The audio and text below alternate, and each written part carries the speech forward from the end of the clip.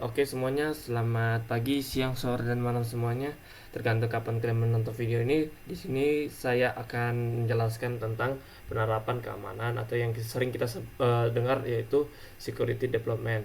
Sebelum kita memulai materi ini, alangkah baiknya saya perkenalkan diri dulu. Sebelumnya nama saya Danal Charles Samuel Burian dengan nomor NIM 4342311023. Oke, sebelum kita mulai materi ini, kita harus cari tahu dulu tujuan dari penerapan keamanan ini. Yang pertama itu memastikan penyelesaian rencana operasional dan dokumentasi aplikasi. Terus mendapatkan persetujuan manajemen dan penerimaan risiko untuk development, dan juga memastikan aplikasi berfungsi sesuai dan aman. Yang terakhir yaitu memastikan lingkungan dan konfigurasi development aman. Terus kita bisa melihat di sini ada pertimbangan dan penerimaan software, yaitu validasi persyaratan fungsional dan keamanan yang memiliki beberapa jenis, yaitu membuat pernyataan keamanan. Yang kedua, penyelesaian threat modeling. Yang ketiga, review arsitektur keamanan. Yang keempat, kode review untuk kerentanan. Dan yang selanjutnya, menyelesaikan pengujian keamanan. Yang terakhir, menyelesaikan dokumentasi sebelum development. Manajemen perubahan dan persetujuan manajemen. Manajemen ini memiliki beberapa jenis, yaitu manajemen perubahan dan persetujuan manajemen untuk development atau rilisnya suatu keamanan. Yang manajemen perubahan itu memiliki dua jenis, yaitu memastikan proses penanganan perubahan dengan tepat, dan juga perubahan potensi untuk penimbulan kerentanan yang baru.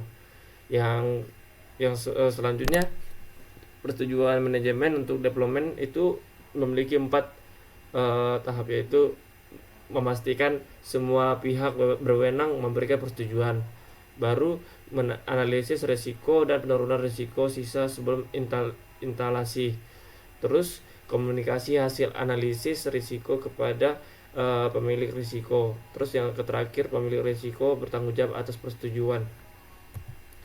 Kebijakan penerimaan risiko dan dokumentasi itu memiliki dua kebijakan yang yaitu kebijakan penerimaan dan pengecualian risiko, yaitu memastikan risiko residual dapat diterima atau dilacak.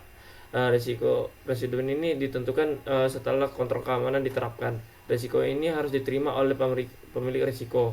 Yang kedua adalah dokumentasi software, yaitu memastikan semua dokumentasi penting tersedia, meliputi perancang, instalasi, konfigurasi, pengguna, dan pengaturan.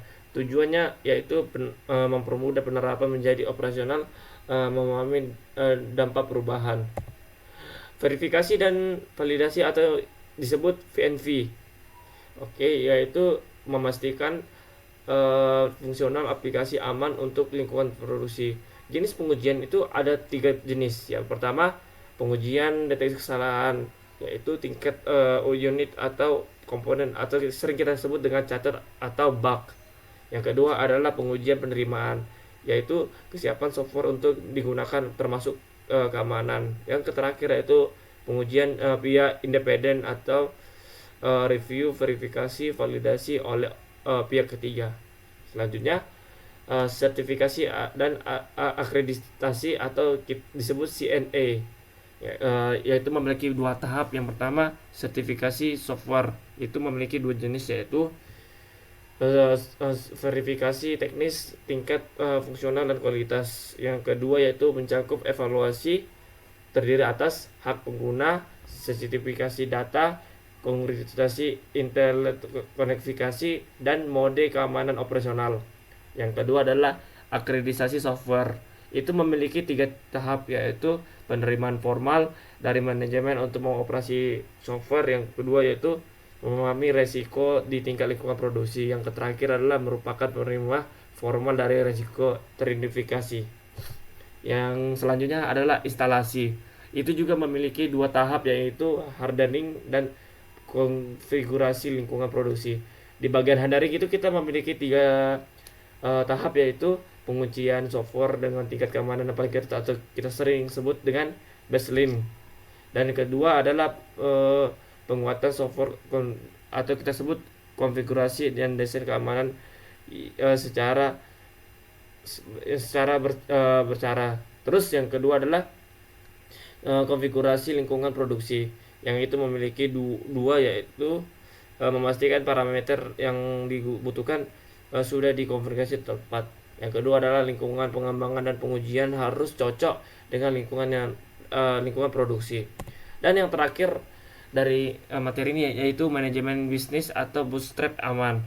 Manajemen yang memiliki dua tahap juga, yaitu manajemen rilis. Itu berbagi ada tahapnya. Yang pertama, memastikan rilisnya software dengan benar di lingkungan produksi. Terus prosesnya tercepat, terdokumentasi, teruji dan disebar dengan less privilege. Yang terakhir adalah bootstrap dan keamanan dan startup yang aman, yaitu memiliki dua tahap, yaitu penerimaan formal dari manajemen untuk pengoperasian software, dan yang terakhir merupakan penerimaan software dan risiko teridentifikasi. Oke, sekian dari video ini. Terima kasih semuanya. Selamat pagi, siang, dan sore, malam dan semuanya. Bye bye.